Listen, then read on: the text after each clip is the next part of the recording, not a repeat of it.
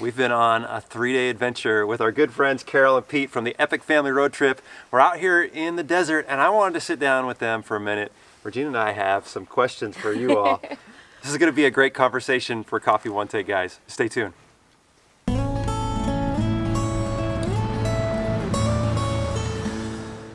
Welcome to TrailRecon. I'm Brad. This is my wife Regena and our good friends Peter and Carol from the Epic Family Road Trip. And they're down here visiting from Canada, and we've been showing them around our backyard here in the Southern California desert.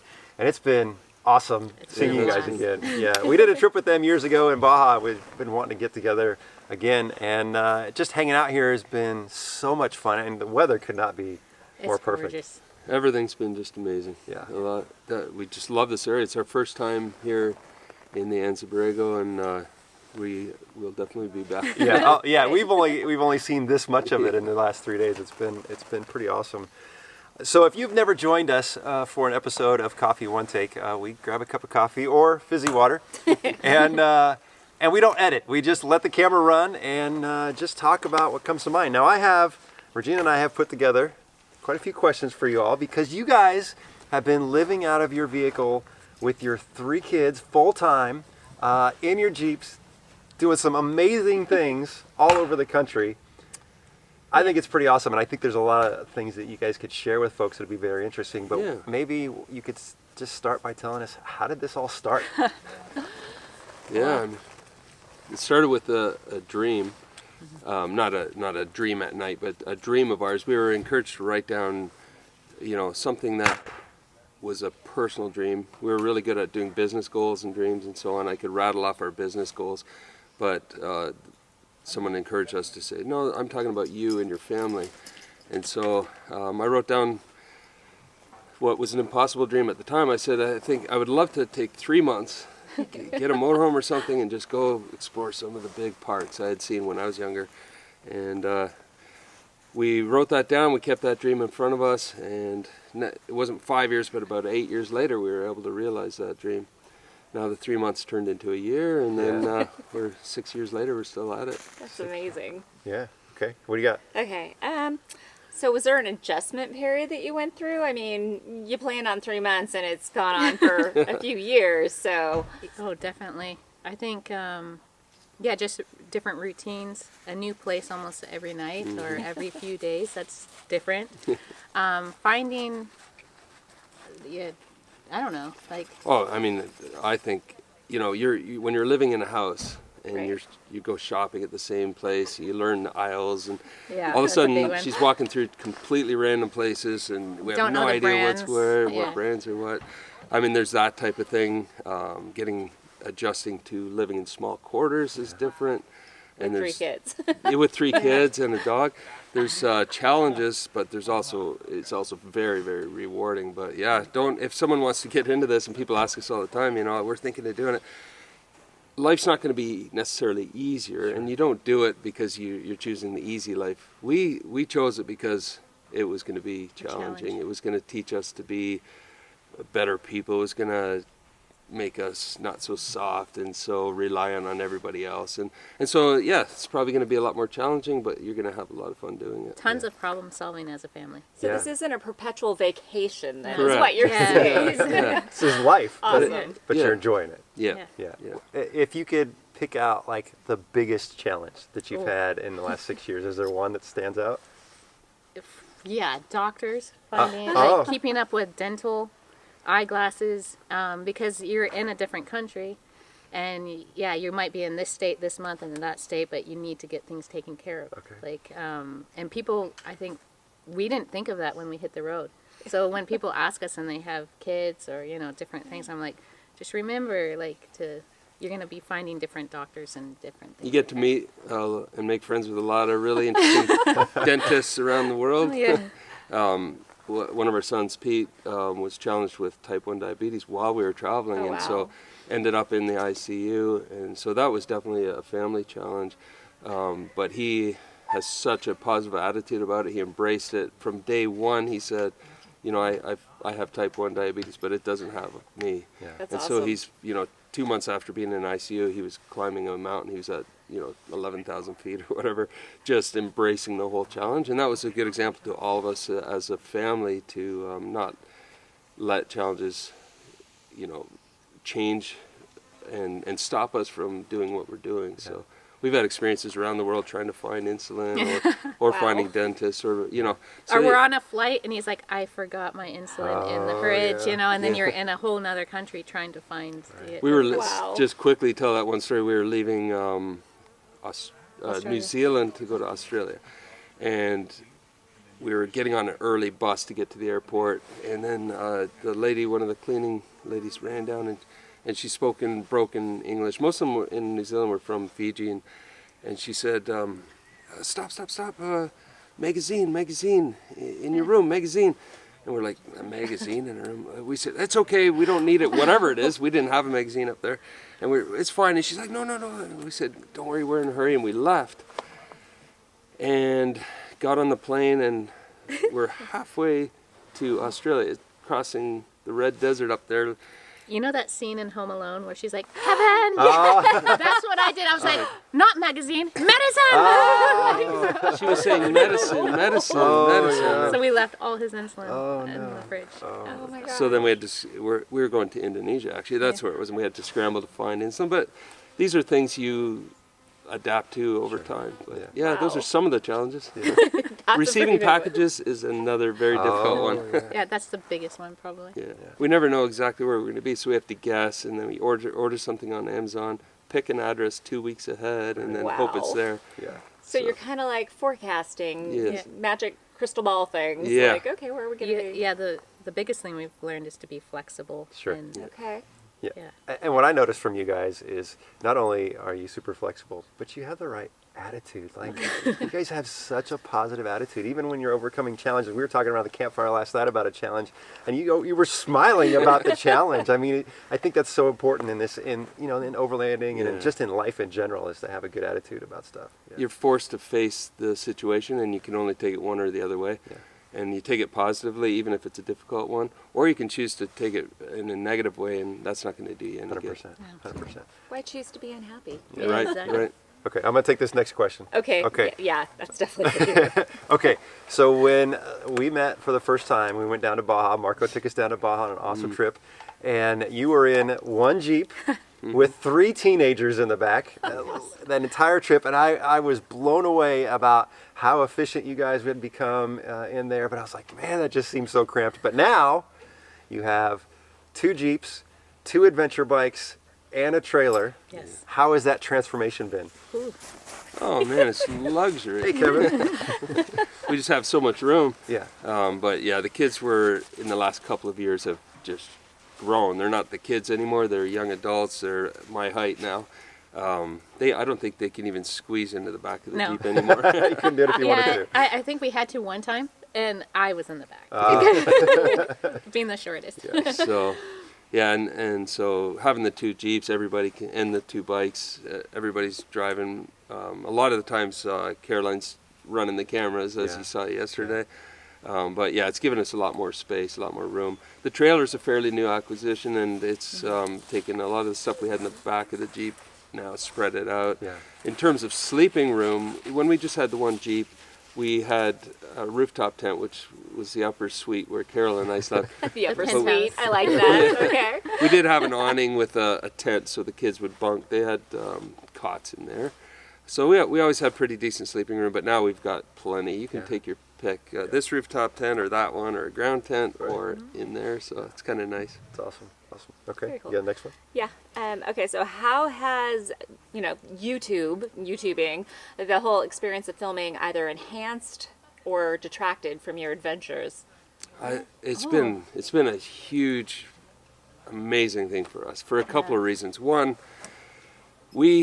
as we were going, we wanted the kids to learn some skills, to learn some entrepreneurial skills like I did when I was a kid. And I'm like, we mowed lawns. You can't do that when you're traveling. No. What can the kids do? And man, when I was young, there was no such thing as YouTube, but it became an opportunity for them to learn some amazing skills. Okay. Not just, videography and editing and all that kind of stuff, but business Storytelling. skills. It's Yeah, it's a and business. storytelling too. Storytelling. And you're more aware of your surroundings and what's going on when you're, I mean, as you guys know. And you kind of soak it in more, and you're just like, wow. And you can be looking through the lens, and you're watching, you know, the kids doing something or meeting new people, and you're just like, this is so cool. The So, second part of that is we have these memories now codified. Right. Lots of people get to enjoy them, but we can go back and just watch old memories and go, oh, and it just brings it to life again.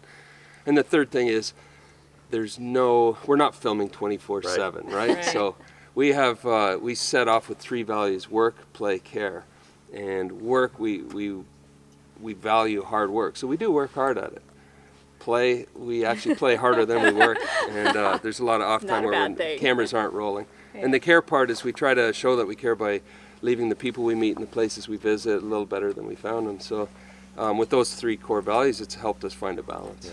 That's awesome. That's awesome. Yeah, I'm with you 100%. I love being able to go back and watch some of those special moments that Regina and I have had, or I've had with my kids that, you know, when I'm older and maybe not having quite the memory, I can still go back and watch them. So that's going to be pretty cool. Taking home movies to a whole new level. Seriously, yeah, now everybody watches them. Yep. Okay, so there's got to have been a few times when, you know, you guys are out wheeling. You're taking these Jeeps and going out wheeling. Is there any situation that's been the scariest along this travels? We've had a few. Yeah. Yes, we have. People always ask us about predators, animals, or scary people, and that hasn't been really a problem. We've run into predators and so on, but we've been prepared for those situations. We've had several situations where we push ourselves, and one where we cross the avalanche, and there's a couple of videos on our YouTube. We're driving down this road, and we end up in front of a big snow avalanche, and with a couple of teenagers, you know, us old folks were like, well, that's the end of this road. We're going to turn around and find another one. And they're like, no, let's try it. And so we got ourselves into the mountains. And what was supposed to take 2 hours, I think, to cross, according to GPS, ended up taking us 3 days. Wow. Yeah. It was. We got stuck up in the wilderness. But we're here telling the story. So. Yeah, So and you're worked out. smiling about it. Yeah. Wow. Yeah. We learned a lot from that experience, just how over the years of travel, it has helped us work as a team. Yeah. I didn't hear one complaint from our teenagers. That's impressive. Yeah, they saw the challenge ahead of them and they embraced it. And if I was feeling, there were times where I was feeling, man, what if I gotten my family into? And then they brought back the whole thing. We're getting through this. We're good. Yeah. We're good. And then I just felt the energy again and kept going. And so, yeah, we learned to lean on each other and support each other. And Some valuable life Communicate. lessons and life skills Yeah. they're learning. Yeah, for sure. That's pretty cool. Yeah. Okay. So do you have like a favorite moment or experience? Oh, so many. Yeah, I'll bet. That's Hard to pick a one. favorite. I can go and then you think of yours. Yeah. Like Carol said, so many. And when I'm like these moments with friends. So I can't. It's you just pick one randomly. So Right, one. yeah. Come on, this is your favorite. We had the opportunity to, and we have a video of that as well, to rescue some whales in New Zealand. And that whole experience was amazing, just being out there doing first aid on the whales. And then when the tide came in, we all pushed and we were able to save 120 whales with other volunteers. But I think that night coming back, the kids were exhausted. We got to camp. Carol said, what do you guys want for dinner? And they're like, let me think about that. And they just all fell asleep. They just fell asleep. And just sitting there under the darkest starry night and just Where was this? in New Zealand. Okay. We were on the South Island, and this place was called Farewell Spit, completely one of the most remote places in that country. But And- even just seeing all the kids working with other people, you know, we didn't see them all day, like, 'cause they were, just the teamwork with random strangers, you know, Yeah. and the strangers became friends, all for a common goal, you know, That's and that was pretty pretty cool. cool. What's one of your favorites? Yeah, well, I think when Pete was diagnosed, and he was in the ICU, and a doctor leaned over and he said, if you believe in, you know, praying, pray. Oh, wow. And I remember we all kind of looked at each other and we just kind of prayed for time together, and seeing him walk out of there, and we got this second chance with him.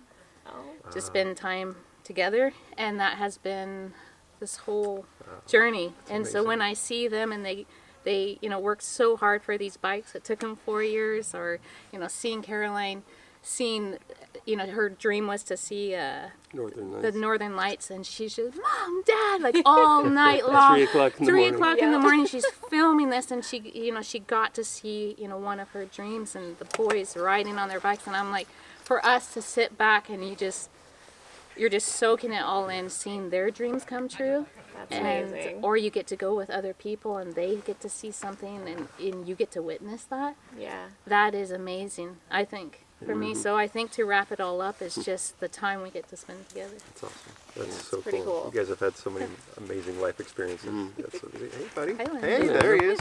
This dog can run. Oh my gosh. Oh my gosh, this dog can run, and you guys have probably seen it. Okay, so I guess 6 years. Yes. How much longer do you think you're going to do this? Is there an end date? We don't see an end in No. sight right now, no. We always said to the kids, I mean, as long as you guys are having fun and you still feel fulfilled with what we're doing, we'll keep going. Yeah. And as long as we can afford to. Yeah. And we don't see an end in sight. We're just enjoying it. We do see us, we do have a cabin on the lake, and between overlanding and off-grid living, we're, finding the right balance of that has been fun, and we enjoy both immensely. So. Very cool. Very cool. Alrighty, so as a mom myself with 3 boys, what was it like raising 3 teenagers doing this? I mean, school, and I know we had like football and sports, but your lifestyle's totally different. Yeah, we had sports and things, and even the first year of travel, we packed everything from longboards, snowboards, surfboards, 5 mountain hiking bikes. gears. So we were just overloaded. If you saw pictures of Vandy, well, you did. She was just maxed out. But we wanted them to feel like they were. It would just ease them into it, It's been such a unique experience, and when we lived in a house, you have the challenge of not having so much time because, there might be an issue that arises with teenagers. And you say, we'll deal with this later. I've got to go to work. She's going to the gym. You're going to school. And then when you get back from school, you're off with your friends. And we never actually had time to deal with it. And so things can fester. In this lifestyle, you have time to deal with it. And you really get to have enhanced communication as a family. And you're forced to, Carol often says, it's like having a mirror right in front of you. You see yourself and you have to deal with yourself first and Normally foremost. it's me that needs to change my attitude. It's not really the kids. Wow. If you were to really break it down, because Okay. I'm irritated because of something is out of my little lines. Okay. But really, is it that bad? Yeah. In a home, a teenager gets upset, they go to their bedroom, slam the door, right? Yeah. In this world, I can't do There's that. the only door is the latrine, and if you slam that, you're sitting in the can. It's not so cool. Right. Yeah. So you end up dealing with that. So it's a great opportunity to, we learned really early on that kids spell love Time. Yeah.